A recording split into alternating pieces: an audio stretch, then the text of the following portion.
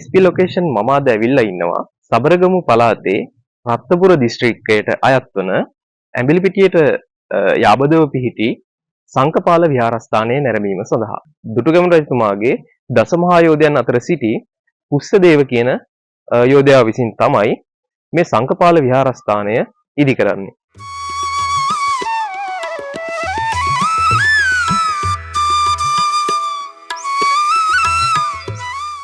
රත්නපුර පසුකර ඇඹිලිපිටිය දෙසට ගමන් කිරීමේදී පල්ලේ බැද්ද පසුවීමත් සමගම කොළඹගේ ආර ප්‍රදේශයට ආසන්නයේදී ගිරිශිඛර සහිත කඳුවැටිය පාමුල සංකපාල රජමහා විහාරය දැක ගැනීමට හැකිවනවා. කොළඹ සිට සමස්ත දුර ප්‍රමාණය කිලෝමීටර් 140ක් පමණ වනවා. භූගෝලීය ලක්ෂණයන්ට අනුව අතරමැදි කලාපයට අයත් මුහුදු මට්ටමේ සිට අඩි 8000ක් පමණ උසින් පිහිටා ඇති සංකපාල කඳුවැටිය වියලි දේශගුණයට අයත් තුරුලතා වලින් සමන්විතයි. ගිරිශිඛර මත පිහිටි ස්වාභාවික ලෙන් හා පසුව ඉදිකළ විහාරාරාම ගොඩනැගිලි වලින් සමන්විත මනස්කාන්ත ඓතිහාසික පුදබිමක්.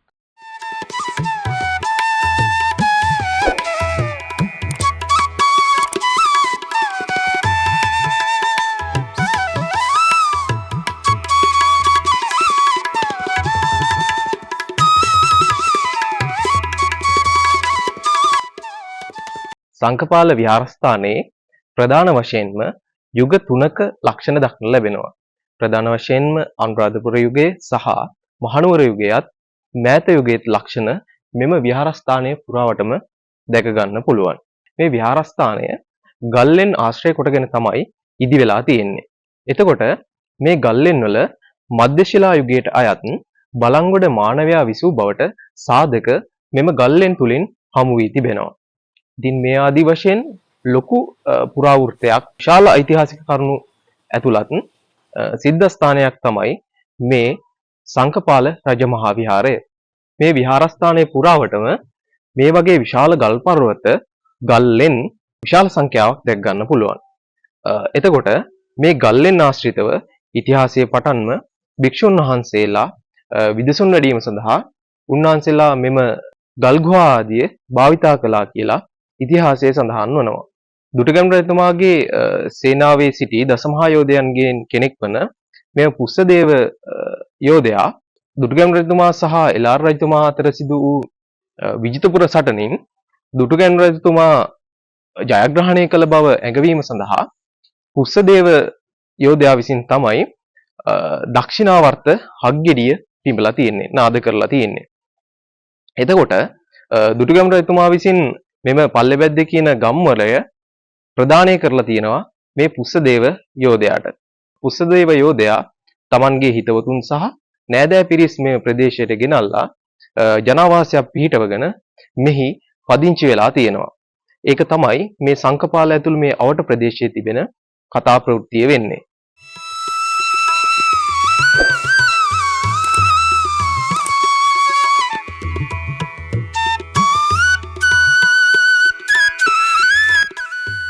මෙම විහාරස්ථානයේ ඉදි කළ පුස්සදේව යෝධයා කියලා කියන්නේ හක්පිවීමේ ශූරයෙකු මෙන්ම දුනු ශිල්පයෙහි අතිදක්ෂ සෙන්පතියෙක් වුණා.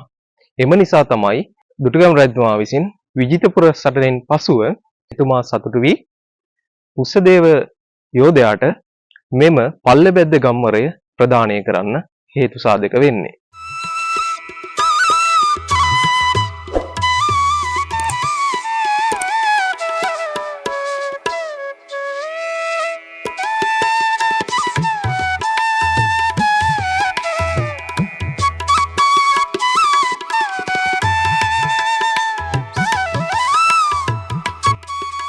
දුටුගැමුණු රජතුමාගෙන් ගම්වරය පිළිගත් පුස්සදේව යෝධයා මෙහි ගම්මානයක් පිහිටවලා ජීවත් වෙනවා.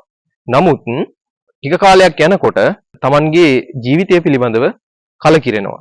ඒ කලකිරීම නිසා පුස්සදේව යෝධයා තීරණය කරනවා මහානදම් පිරීමට.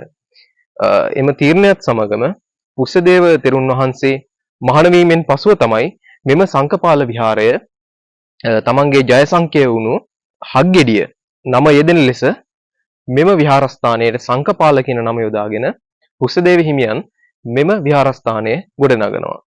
කාලයාගේ ඇවෑමෙන් පසු කුසදේව හිමියන් විදසුන් වඩා උන්වහන්සේ රහත් වූ බව කුසදේව මහරහතන් වහන්සේ බවට පත් වූ බව ඉතිහාසයේ සඳහන් වනවා. එළාර දුටුගැමුණු යුද්ධයෙන් දුටුගැමුණු රජතුමා ජයග්‍රහණය කළ පසු කුසදේව යෝධයා විසින් පිඹපු හග්ගෙඩිය නාද කළ හග්ගෙඩිය මෙම සංකපාල විහාරයේ ඉහළම ස්ථානයක නිදන් කළ බවට කරුණු සඳහන් වෙනවා. ඒ කියන්නේ ගම්වාසීන් අතරත් අද වෙනතුරුම ඉතිහාසයේ මතයක් පැවතගෙන එනවා දක්ෂිනාවර්ත වූ හග්ගෙඩිය මෙහි නිදන් කර තිබෙන බවට. කුසදේව මහරහතන් වහන්සේගේ ඇවෑමෙන් පසු උන්වහන්සේගේ භස්මාවශේෂ තැන්පත් කළ චෛත්‍යරාජානන් වහන්සේ නමක් මෙම විහාරස්ථානයට කිලෝමීටර් 2ක් පමණ ඈතින් පිහිටා තිබෙනවා. ඉතිහාසයේ සඳහන් වන අන්දමට කුසදේව හිමියන් මෙම විහාරස්ථානය ඉදිකලායින් පසුව මහා පැරකුම්බාහු රජතුමා සහ නිස්සංකමල්ල රජතුමාගේ කාලයේ එම රජවරුන් විසින් මෙම විහාරස්ථානය ප්‍රතිසංස්කරණය කළා කියලා ඉතිහාසයේ සඳහන් වන තවත් කරුණක්. මෙලෙස පැවතගෙන මෙම විහාරස්ථානයේ තවත් වැදගත් කරුණු රාශියක් ප්‍රකාශ වෙන්නේ මහනුවර යුගයේදී. මහනුවර යුගයේ රජකම් කළ රාජාධිරාජසිංහ රජතුමාගේ කාලයේදී මෙම විහාරස්ථානයේ තවත් කරුණු රැසක් ඉතිහාසයේ වාර්තා වනවා. කිරි කිරි කිරි කිරි කිරි කිරි කිරි කිරි කිරි කිරි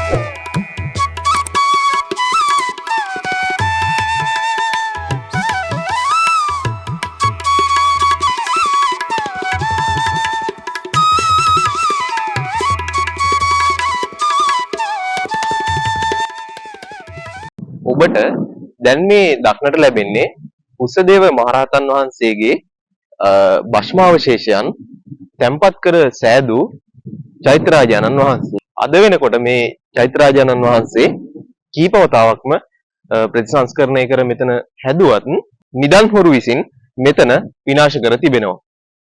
ඉතින් මේ වගේ සම්පත් අපේ මතු පරපුරට ආරක්ෂා කර ගැනීම අපේ වගකීමක් වෙනවා. මේ වෙනකොට නැවතත් මෙම චෛත්‍යරාජානන් වහන්සේගේ ප්‍රතිසංස්කරණ කටයුතු මේ ආකාරයට නැවතත් ආරම්භ කර තිබෙන ආකාරය දැක් ගැනීමට පුළුවන්. ලක්වාසී අපි හැමෝගෙම යුතුයකමක් තමයි මේ වගේ වටිනා ඓතිහාසික ස්ථානයන් ආරක්ෂා කර ගැනීම. ඉතින් ඒ සඳහා අපි කැපවෙමු කියලා මම යෝජනා කරනවා.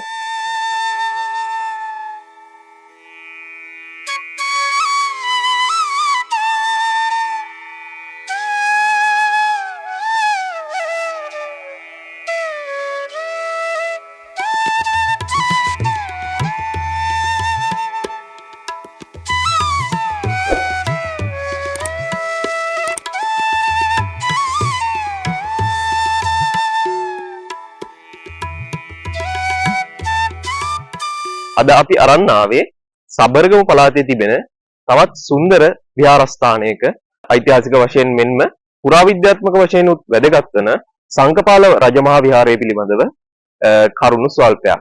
SP ලොකේෂන් අපි අදට මේ වීඩියෝව අවසන් කරනවා. තවත් මේ වගේම ලස්සන වීඩියෝ එකකින් මුණ ගැහෙමු. ඔබට සුබ දවසක්.